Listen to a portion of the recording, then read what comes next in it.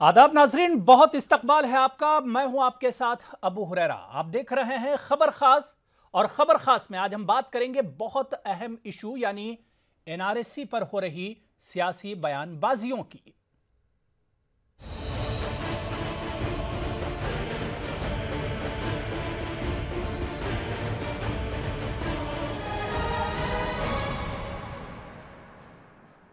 नाजरीन, आसाम में एनआरसी का हतमी मसवदा मंजर आम पर आने के बाद इस पर सियासी बयानबाजियों का लामुतनाही सिलसिला चल पड़ा है। हालांकि मरकजी वजीर दाखिला राजनाथ सिंह ने वाज़े अल्फाज में यह यकीन दहानी कराई थी कि जिन अफराद के नाम हतमी मसवदे में नहीं हैं, इन्हें मुनासिब मौका दिया जाएगा।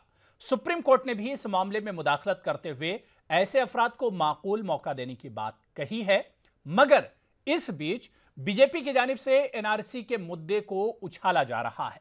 राजस्थान, मध्य प्रदेश, छत्तीसगढ़, तेलंगाना और मिजोरम में इलेक्शन जो होने वाले हैं, बीजेपी सदर अमित शाह ने गुज़िश्ता दिनों रतलाम में एक रैली के दौरान कहा कि आसाम में 40 लाख दरअंदाजों की निशानदही की गई है और इन्हें जांच के बाद मुल्क से बाहर निकाला जाएगा। शाह ने अवाम से कहा कि अगर आप मध्य प्रदेश और मरकज में बीजेपी को चुनकर इख्तिदार सौंपते हैं तो एक एक दरअंदाज को चुन चुन कर निकालने का काम बीजेपी करेगी। इस बीच हरियाणा के वजीर आला मनोहर लाल खट्टर ने भी रियासत में एनआरसी की वकालत करके सियासी माहौल गरमाने की कोशिश की है। लेकिन बड़ा सवाल यह उठता है कि आखिर एनआरसी के इशू को अब सियासत में क्यों घसीटा जा रहा है, या आखिर सियासत इस इशू पर क्यों की जा रही है। सुरक्षा होनी चाहिए या नहीं होनी चाहिए? पीछे नहीं बोल रहे, जोर से बोलो, होनी चाहिए या नहीं होनी चाहिए? मित्रों, घुसपैठिए देश में जो घुसे हैं वो घुसपैठिए दिमाग की तरह देश की सुरक्षा को चाट गए। यहां बम धमाके करते हैं, गोलियां चलाते हैं, निर्दोष लोगों की हत्याएं करते हैं। घुसपैठियों को निकालने के लिए देश के प्रधानमंत्री एनआरसी लेकर आए, सिटीजन रजिस्टर लेकर आए। कांग्रेस के राहुल बाबा एंड कंपनी ने हाई तौबा मचाई। सारे सपा, बसपा, कांग्रेस, डीएमके, कम्युनिस्ट सारे छातियां पीटने लगे जैसे उनकी नानी मर गई कि मत निकालो। पूरी राज्यसभा, पूरी लोकसभा सर पे ले ली कि इनको मत निकालो। मोदी जी कहां जाएंगे, क्या खाएंगे, क्या पिएंगे, कहां रहेंगे? ये सारे जो आलिया मालिया जमालिया घुसे हैं ना, भारतीय जनता पार्टी की सरकार ने आसाम के अंदर एनआरसी बनाया, 40 लाख लोगों को चिन्हित किया है, उनकी जांच होकर देश के बाहर निकालने का काम किया। और आज जावरा की पवित्र भूमि पर, रतलाम की भूमि पर देश के अन्नदाता किसानों को मैं वादा करने आया हूं, एक बार यहां बीजेपी की सरकार बना दीजिए, केंद्र में फिर से मोदी जी को 19 में ला दीजिए। देश भर में से एक एक घुसपैठियों को चुन चुन कर निकालने का काम भारतीय जनता पार्टी करेगी।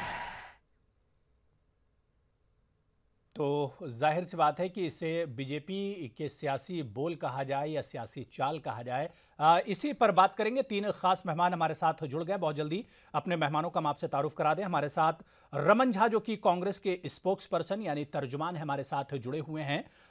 इनके अलावा बीजेपी के स्पोक्स पर्सन तर्जुमान प्रमोद स्वामी भी हमारे साथ गुवाहाटी से जुड़े हुए हैं। आपका भी हम बहुत इस्तकबाल करते हैं प्रमोद स्वामी जी। और इनके अलावा इस पूरे इशू पर बातचीत करने के लिए हमारे साथ इंजीनियर मोहम्मद सलीम साहब जो कि जनरल सेक्रेटरी हैं जमात इस्लामी हिंद के, वो भी हमारे साथ जुड़े हुए हैं। इंजीनियर रशीद साहब आपका भी माफ कीजिएगा, इंजीनियर सलीम साहब आपका भी हम बहुत इस्तकबाल करते हैं। सबसे पहले प्रमोद स्वामी जी, आपसे ही हम शुरुआत करना चाहेंगे कि एनआरसी का जो इशू है वो सबके सामने है और मुल्क के लिए यह गंभीर मसला जरूर है। इससे किसी कोई इसकी मुखालफत नहीं कर सकता, जाहिर सी बात है, जितना गंभीर मसला है। लेकिन प्रमोद स्वामी जी, अब इलेक्शन के दौर में क्या बीजेपी इस इशू को भुनाने की कोशिश कर रही है, या इलेक्शन के जमाने में इस इशू पर बीजेपी इतना जोर क्यों दे रही है?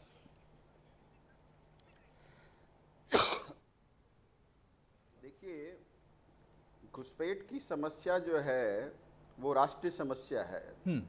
क्या आप और हम ये चाहेंगे कि हमारे मुल्क में कोई घुसपैठिया आकर करके हमारे संसाधनों पर वो अपना हक जमाए और यहाँ की नागरिकता लेकर करके वो हमारा भाग्य विधाता बन जाए? ये हम कतई बर्दाश्त नहीं कर सकते, कोई भी मुल्क बर्दाश्त नहीं कर सकता। तो एनआरसी के नाम में, घुसपैठियों के नाम में जो सियासत कौन कर रहा है? 1985 में राजीव जी और असम आंदोलनकारियों के बीच में समझौता हुआ और उस समझौते में बात कही गई कि पहले डिटेक्ट किया जाएगा, शिनाख्त की जाएगी, फिर उनका नाम डिलीट किया जाएगा, यानी कि वोटर लिस्ट से उनका नाम काटा जाएगा। प्रमोद स्वामी जी, जिस डिटेल में आप जा रहे हैं वो सारी चीजें लोगों को पता है और एनआरसी की अहमियत भी हमें पता है। एनआरसी की अहमियत भी हमें पता है। प्रमोद जी, जवाब आपको ये देना है कि इलेक्शन के टाइम पर बीजेपी इस इशू को क्यों उछाल रही है?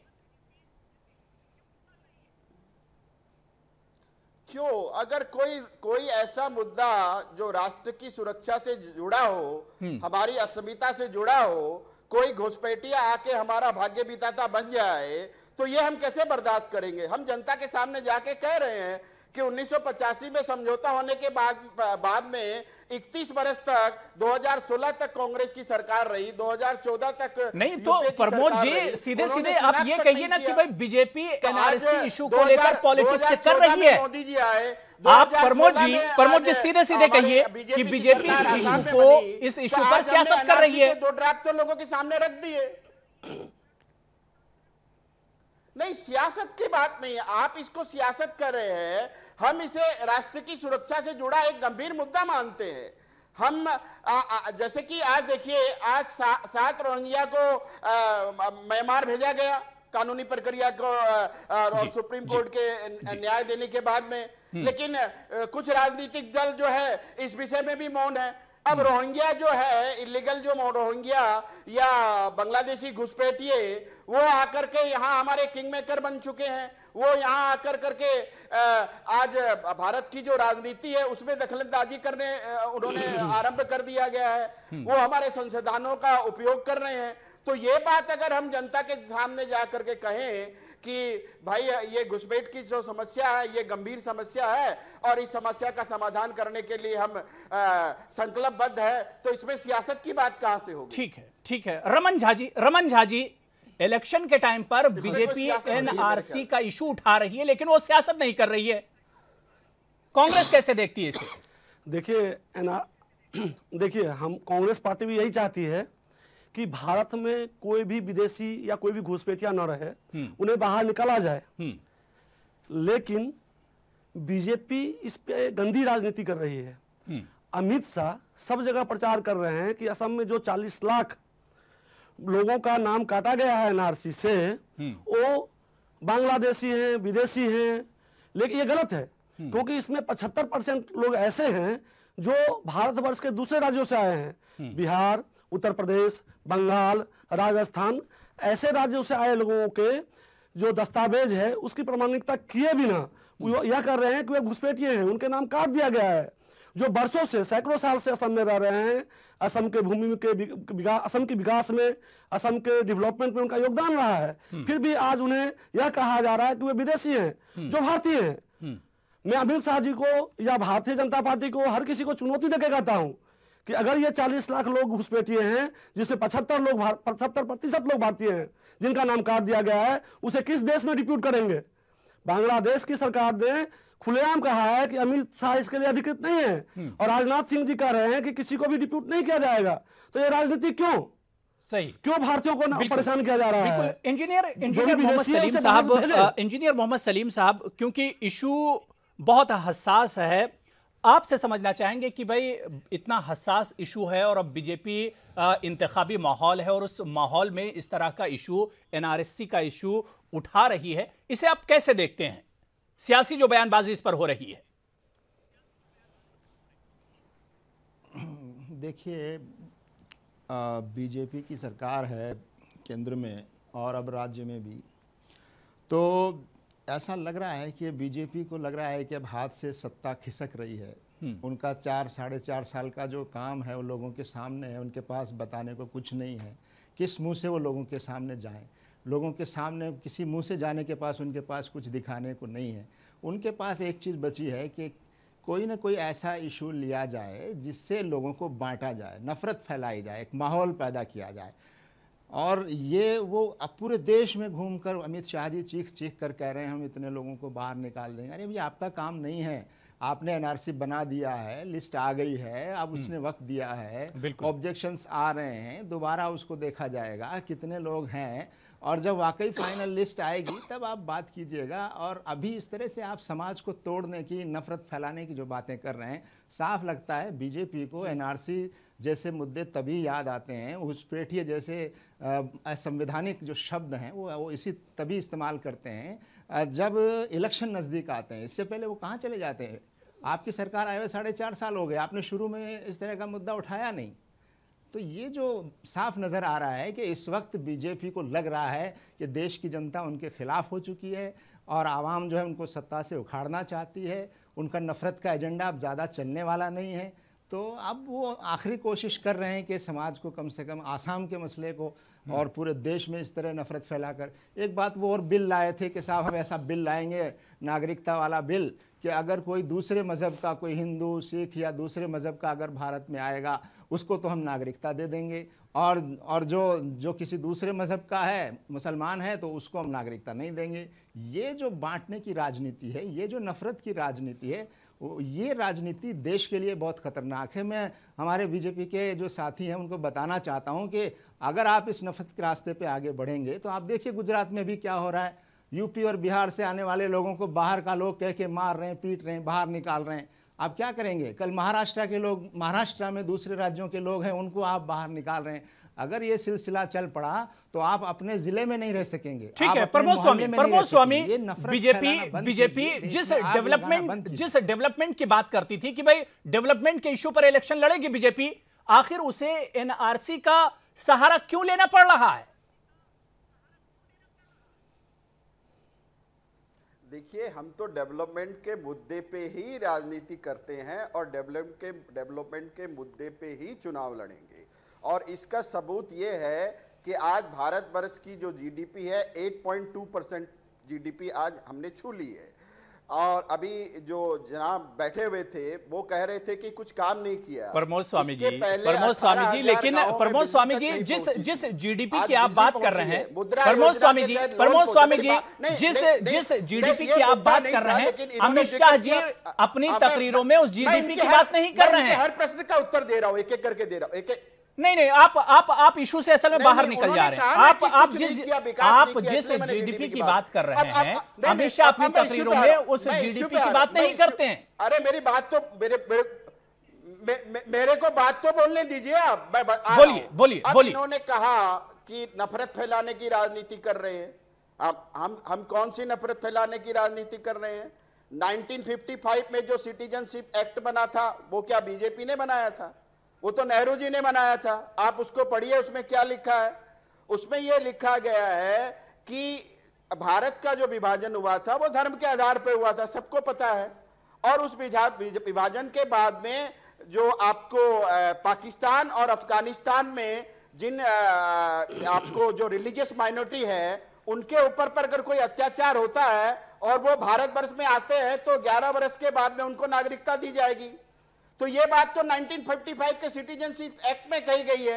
हम एक अमेंडमेंट लेकर आए हैं कि उसको 11 बरस की जगह हमने 6 बरस कर दिया। तो इसमें हमने कौन सा गुनाह कर दिया? नहीं, और वहां सिर्फ प्रमोद स्वामी जी आपकी सारी बातें सही हैं, आपकी सारी बातें सही हैं। बिल्कुल प्रमोद स्वामी जी सलीम साहब भी है, सिख भी है, सलीम साहब बोलिए। जैन भी है। तो आप नफरत की बात कहां से उठ गई यहाँ पर? तो आप पहले आप अपना होमवर्क करिए जनाब। बीजेपी के जो प्रवक्ता महोदय हैं, आप पहले 1955 सुनिए पढ़िए, प्रमोद जी सुन लीजिए। उसके बाद में अगर आप डिबेट करते तो वो ज्यादा डिबेट सार्थक होती मेरे ख्याल से। सुन लीजिए प्रमोद जी, अब सुन लीजिए। हाँ, बोलिए प्रमोद जी जरा इनको हमारे कहिए कि बीजेपी के हमारे जो साथी हैं वो जरा सुनने की भी आदत डाला करें।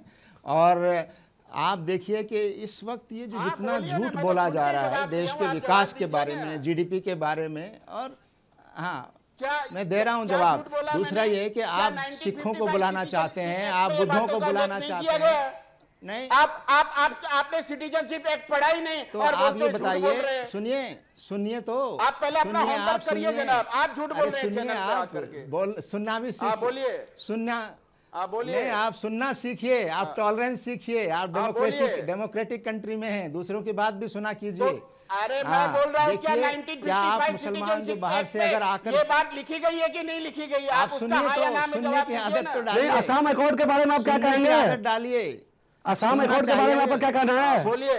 आप ये कहिए, आप ये बताइए, अरे आप ये बताइए कि अगर तो आसाम में कोर्ट के बारे में हमारा क्या कहना है? और दूसरे मजहब के लोग आएंगे, सिटीजनशिप एक्ट किसने बनाया था? नेहरू जी ने नहीं प्रमोद जी सुन लीजिए, प्रमोद जी सुन लीजिए, प्रमोद जी सुन लीजिए, प्रमोद जी बाहर से आने वाले मुसलमानों को देंगे आप नागरिकता? ये धर्म के आधार पर नफरत नहीं है तो क्या है? ये धर्म के आधार पर भेदभाव नहीं है तो क्या है? ये बाहर से अगर मुसलमान आएगा तो उसको नागरिकता नहीं देंगे। भारत का विभाजन क्या धर्म के आधार पर नहीं हुआ था? आपने धर्म के आधार पर पाकिस्तान ले लिया? नहीं, आपने धर्म के आधार पर पाकिस्तान नहीं लिया? नहीं हुआ। आपने भारत का डिवीजन धर्म के आधार पर नहीं हुआ। भारत एक सेक्युलर देश है। अब वहाँ अगर किसी हिंदू पे, जैन पे, पारसी पे अगर अत्याचार होता है, वो भारत वर्ष पे आना चाहता है, तो क्या हम उसको आने नहीं देंगे? यही नफरत है, नेहरू यही लियाकत नफरत टीटी है। पढ़िए पहले।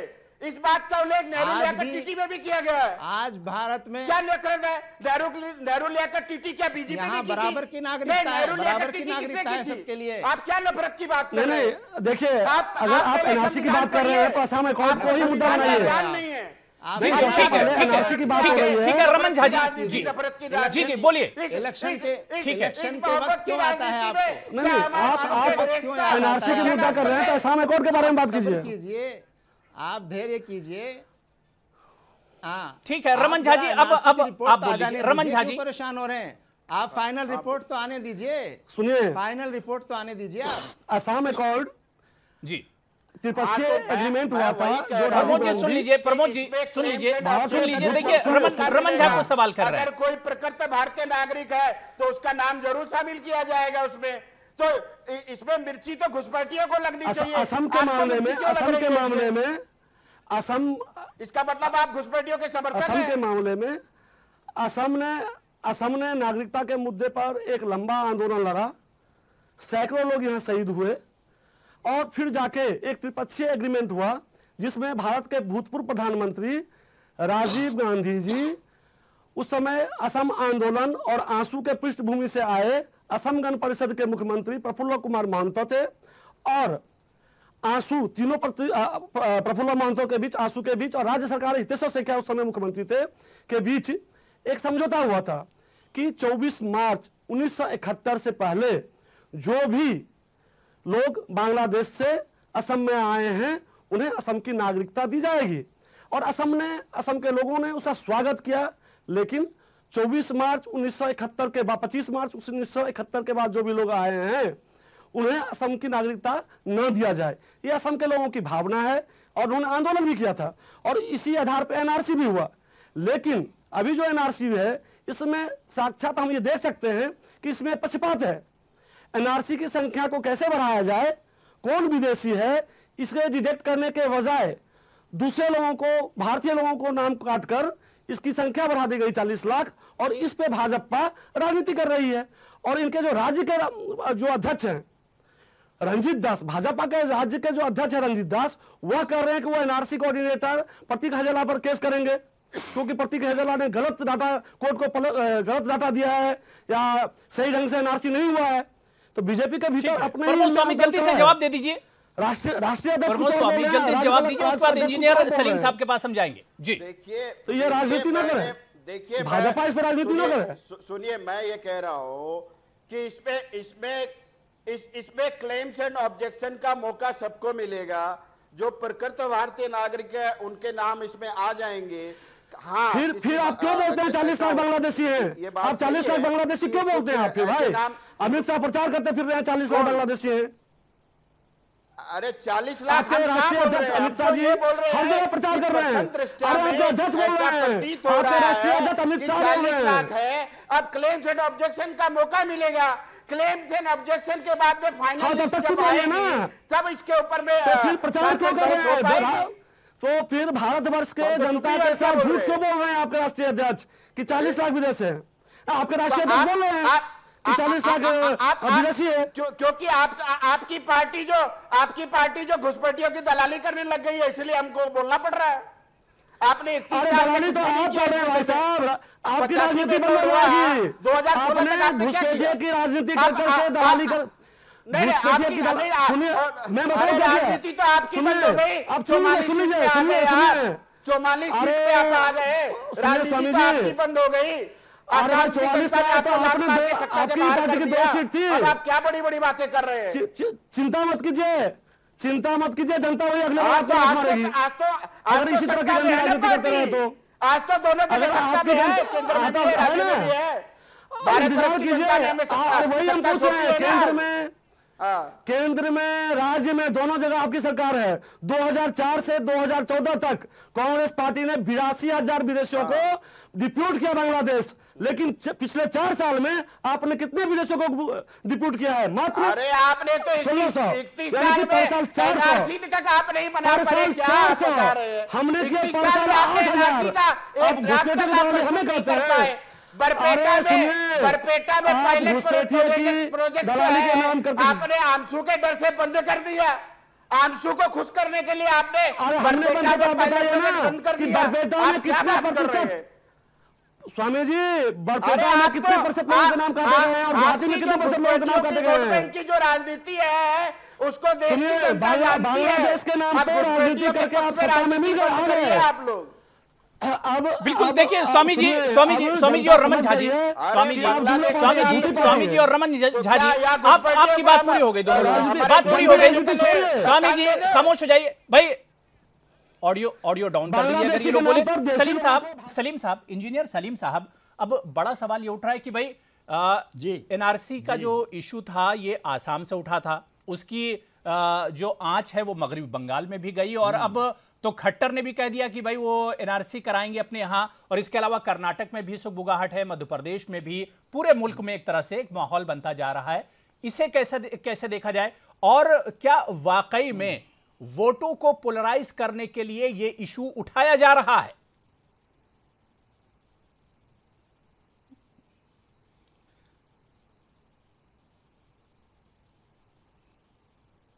हेलो जी सलीम साहब जवाब दीजिए। हेलो जी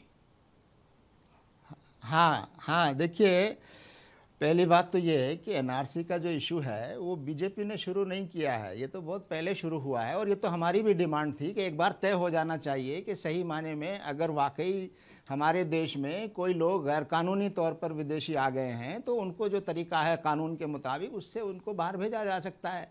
एक तरीका है, एक लॉज बने हुए हैं। अब इसमें बीजेपी बीच बीच में इसको, अब 40 लाख लोगों के बारे में जो अभी फर्स्ट लिस्ट आई है, तो मैं हमारे बीजेपी के जो साथी हैं उनसे पूछना चाहता हूं कि क्या इन 40 लाख लोगों में एक भी भारतीय नहीं होगा? अभी तो लिस्ट आएगी ना, अपडेट होगी, तो आप पूरे 40 लाख लोगों का अपमान कर रहे हैं, पूरे देशवासियों का अपमान कर रहे हैं। 40 लाख लोगों में अभी बड़ी संख्या वो है जो इस देश की वासी है, और आप अपने आप को देशभक्त और देश प्रेमी कहते हैं, और आप उन देशवासियों का अपमान कर रहे हैं। आप धैर्य रखिए, इलेक्शन हो जाने दीजिए। आपके मसला जो है इलेक्शन जीतने का है, आपका मसला देशी विदेशी का मसला नहीं है। आपका मसला सिर्फ इलेक्शन जीतने का मसला है, और वो नफरत फैला कर ही जीता जा सकता है। और आप जानते हैं कि एनआरसी तो कोई अच्छी चीज़ है, सब जगह आप कराइए, लेकिन आप इसमें जो विदेशी है अगर वो तय हो जाए तो विदेशी के साथ क्या होना चाहिए वो कानून बना हुआ है। इसमें बीजेपी क्यों इसमें उछल कूद कर रही है? बीजेपी क्यों इस मसले को इतना वो कर रही है? ये तो एक कानून की बात है, लेकिन हमारे जो बीजेपी के साथी हैं उनको ये लग रहा है कि ज़मीन खिसक रही है, नफरत के सिवा और झूठ के सिवा अब कोई रास्ता नहीं बचा है भारत की जनता को। लेकिन अब भारत की जनता जान गई है, झूठ को जान गई है, झूठ बोलने वालों को जान गई है, नफरत फैलाने वालों को जान गई है, और ये जो डेवलपमेंट का और सबके साथ सबके विकास का नारा दिया था उसको भी जान गई है। तो अब इनके पास सिवाय मुसलमानों का दामन पकड़ने के और कुछ नहीं बचा है। मुसलमानों का सहारा लेकर ये सत्ता में आना चाहते हैं। मुसलमान यहाँ नहीं होते 20 करोड़, तो ये किसके खिलाफ नफरत फैलाते? तो आप जो है सही माने में देशभक्ति का सबूत दीजिए। और यहाँ वाकई जो कानून के मुताबिक कानून बना हुआ है ना, आप जांच प्रमोद स्वामी 30 सेकंड में इस पर जवाब दीजिए। जितने भी हैं आप उनके बारे में कानून। हाँ जी, देखिए हमारा कोई नफरत का एजेंडा नहीं है। हमारा यही एक ही एजेंडा है कि भारत को पुनः एक बार विश्व गुरु के रूप में स्थापित करना और सबका साथ सबका विकास। नरेंद्र मोदी जी उसके लिए काम कर रहे हैं। हमारा कोई नफरत का एजेंडा नहीं है। हमारा एक ही एजेंडा है कि भारत प्रगति करे और विश्व में भारत का जो स्थान हो अग्रणी स्थान हो।